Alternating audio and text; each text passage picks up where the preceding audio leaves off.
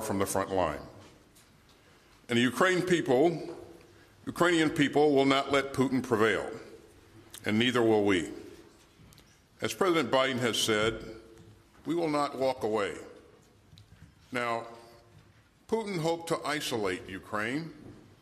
Instead, he left himself alone with Iran and North Korea. And that's a far cry from the some 50 nations of goodwill from all around the world who gathered again today. Our allies and partners are here because they understand the stakes.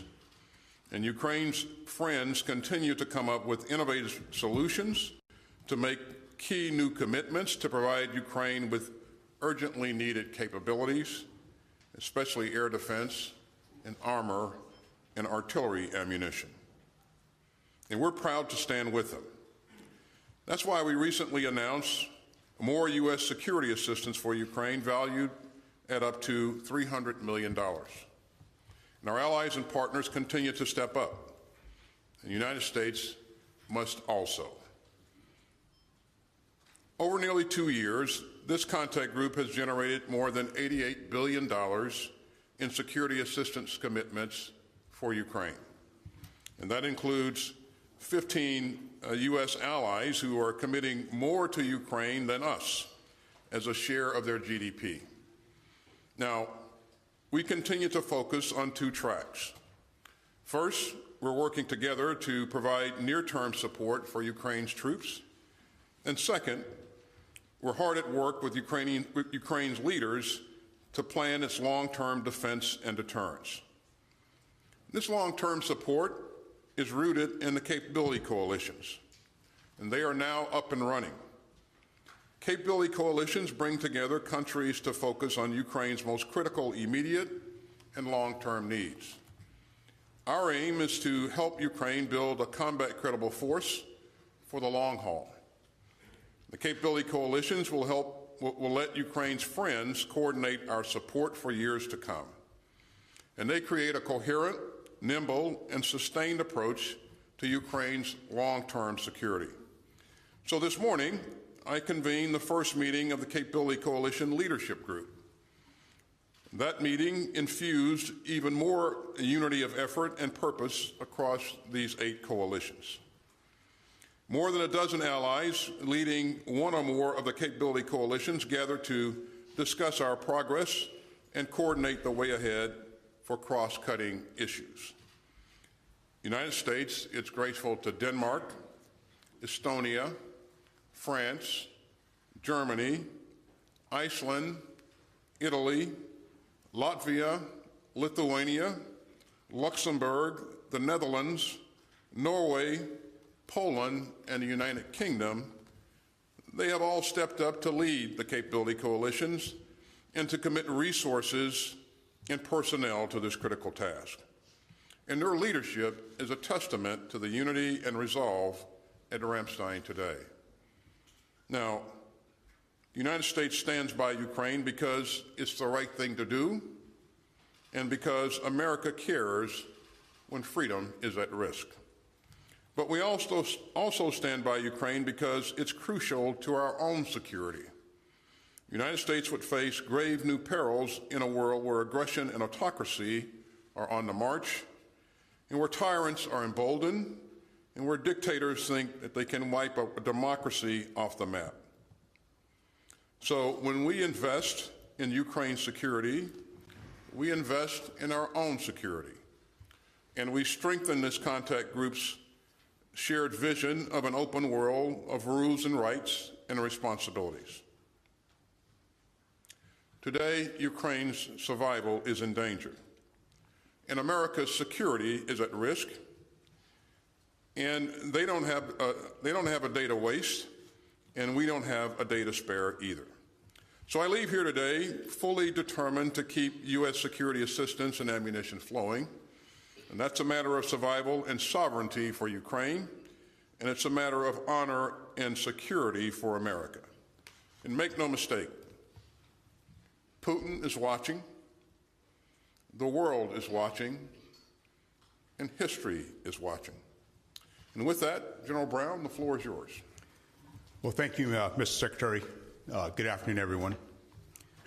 2 days after the start of World War II, President Franklin D. Roosevelt said in a fireside chat, "When peace has been broken anywhere, the peace of all countries everywhere is in danger." Russia shattered peace on the European continent with its continued efforts to invade and annex Ukraine. Nearly 2 years, the Ukraine Defense Contact Group has reaffirmed that the broken peace in Ukraine affects peace for us all. And this coalition of steadfast allies and partners continues to work to achieve just and lasting peace on the European continent. Today, the European Defense Contact Group met to discuss our continued commitments to support Ukraine, commitments that are turned into action by some 50 countries here in attendance. I want to echo many of the comments that were made today and thank Secretary Austin for his continued leadership and strategic vision for this international coalition. Also, I want to thank Defense Minister Umerov, who was with us today, and for guiding Ukraine and its forces with grit and resistance. I also want to thank all the nations represented who joined us for the Ukraine Defense Contact Group to provide the invaluable support. 8 decades ago, President Roosevelt highlighted how global security is interconnected. When conflict disrupted peace in Europe in 1939, it threatened global security and plunged the world into conflict. Today, global security has been challenged once again. And a broken peace in Ukraine represents a risk for us all. Just over 2 years ago, Putin amassed 180,000 troops on the borders of a free, independent, and sovereign Ukraine. The citizens of Ukraine mobilized. Ukraine's military expanded. And for 2 years of hard and intense fighting, the people of Ukraine have sacrificed their lives and their homes to beat back a larger and supposed more capable military. Despite the enormity of the challenge, Ukraine halted initial Russian advances, preventing them from taking Kyiv, and launched successful and offensive operations to retake territory in the eastern parts of their country. Ukrainian forces were able to retake more than half of the territory that Russia temporarily occupied during the early stages of the conflict. Although Russia has made some incremental gains, since it has been at great cost of personnel and equipment. Ukraine continues retrenching their defenses to fortify their lines and maximize the effects of their ammunition and supplies. From the beginning, Ukraine has asked for the capability and training to stay in the fight. And for 2 years, Ukrainian forces have used this coalition support to repel Russian attacks using innovative strategies and tactics. They have consistently imposed severe tolls on Russian forces and capabilities. Heavy costs on the battlefield, combined with our collective pressure on the Russian economy, has forced Russia to turn to the likes of Iran and North Korea to replenish its military stockpiles and enable its war against Ukraine. For 2 years, we have shown the outcomes we can achieve when we act together and provide support to Ukraine. Russia's plan is to wait out Western will to support Ukraine. This coalition must not let that strategy work. Collectively, allies and partners contributed more than $88 billion in security assistance. This support doesn't just help Ukraine, it strengthens NATO, it helps to bolster the defense industrial base of the United States, Europe, and the world. It enables our own security. The collective support will ensure Ukraine is successful today and into the future. As President Biden and Secretary Austin have said, the United States will continue to stand with Ukraine. Peace and security are more than just words, it is more than just belief. Peace and security require constant work and constant action. The Ukraine Defense Contact Group will continue its work to achieve peace and security for Ukraine and for all. And thank you. I look forward to your questions. Thank you both, gentlemen. Our first question will come from Missy Ryan, Washington Post. Thank you very much. Secretary Austin, nice to see you. First for you, how great is the risk of a major Russian breakthrough given the shortages that Ukraine is now facing? And does that danger continue to grow if the U.S. supplemental is delayed further?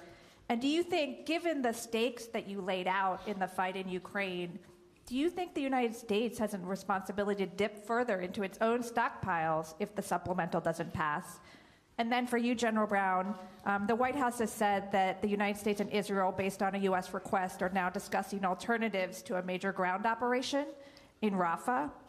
What alternative options exist for achieving Israel's security goals in southern Gaza, including destroying the remaining Hamas battalions without further threatening aid delivery and further endangering the civilians who are sheltering there? Could it achieve those goals with some combination of targeted raids and precision strikes? Thanks. Well, thanks, Missy. It's great to see you as well. Regarding a potential Russian breakthrough, what we've seen on the battlefield is a series of incremental gains by the Russians. To the point that the chairman made a couple of minutes ago, these gains have come at significant cost in terms of personnel and equipment. But nonetheless, we have seen some incremental gains. And as I have engaged my counterparts and the chief of defense in Ukraine, they feel confident in their ability to continue to defend their sovereign territory and hold the line. Of course, they need munitions. They need support in order to be able to continue to do that. And of course, that's where the supplemental comes in. And we certainly would hope that we would see this supplemental get passed soon.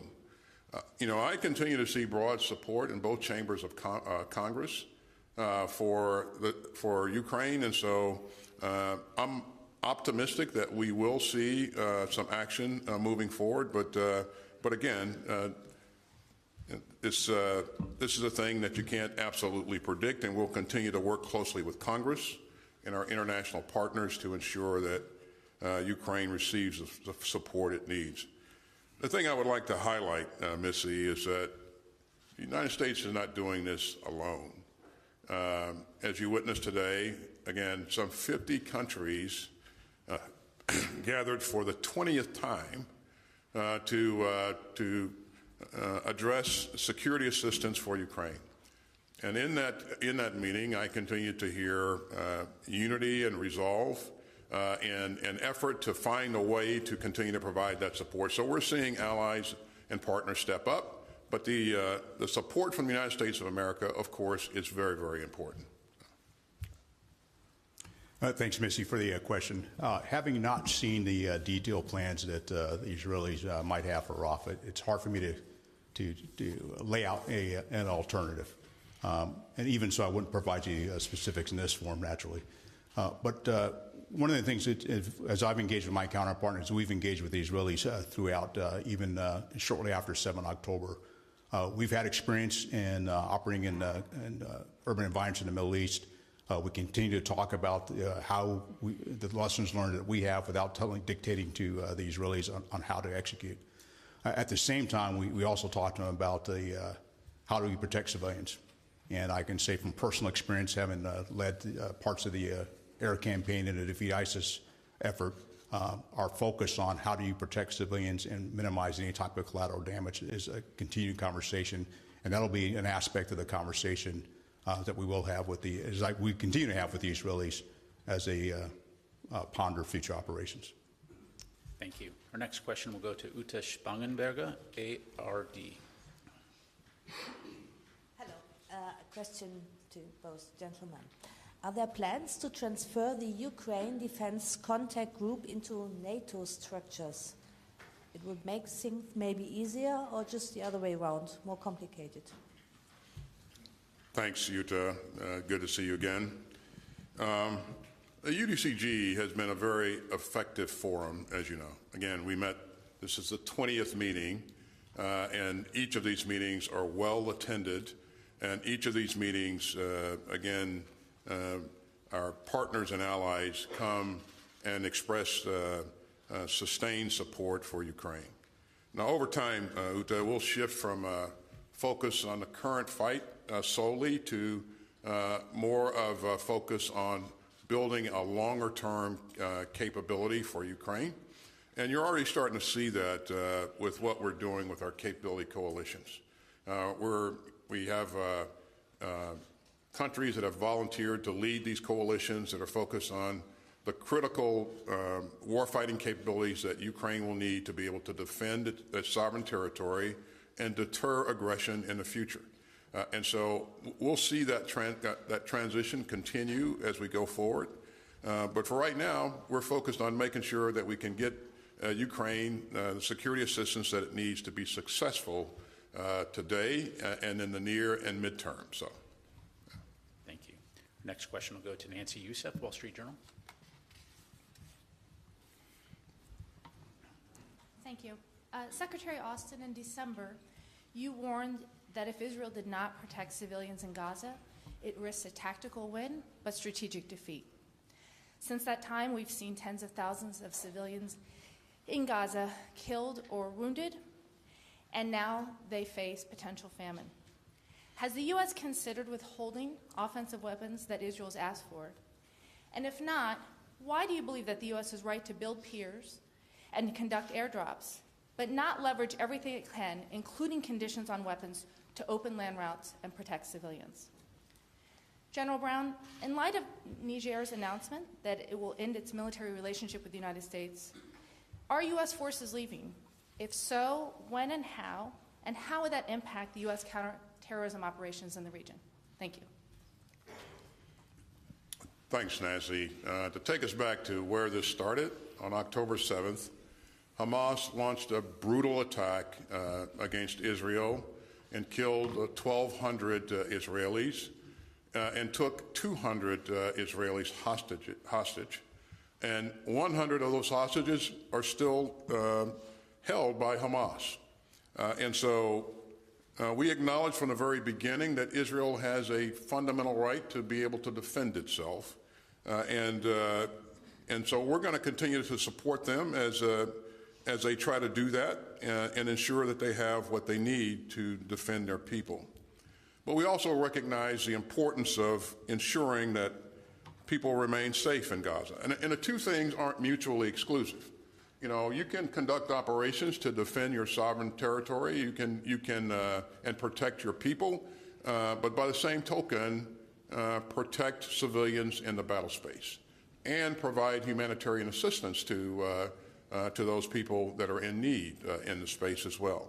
And we continue to encourage the Israeli leadership to do just that, to make sure that they're doing everything possible to get increasing amounts of humanitarian assistance into Gaza.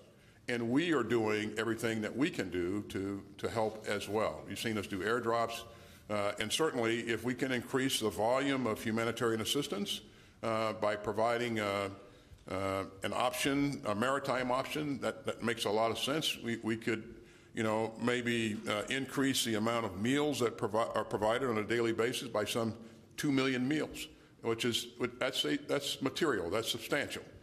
And so, we will continue to do that. Israel has a right to defend itself, but there's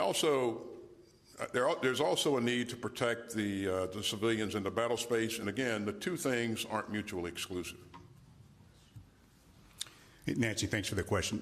As you saw over the course of the weekend, there was some announcements from Niger about our relationship. But even since then, there's been some mixed signals that we received. And so if a decision is made to depart, we make plans, as you might imagine. We always make plans for different contingencies. And so we will continue to make plans and prepare whether we stay or depart.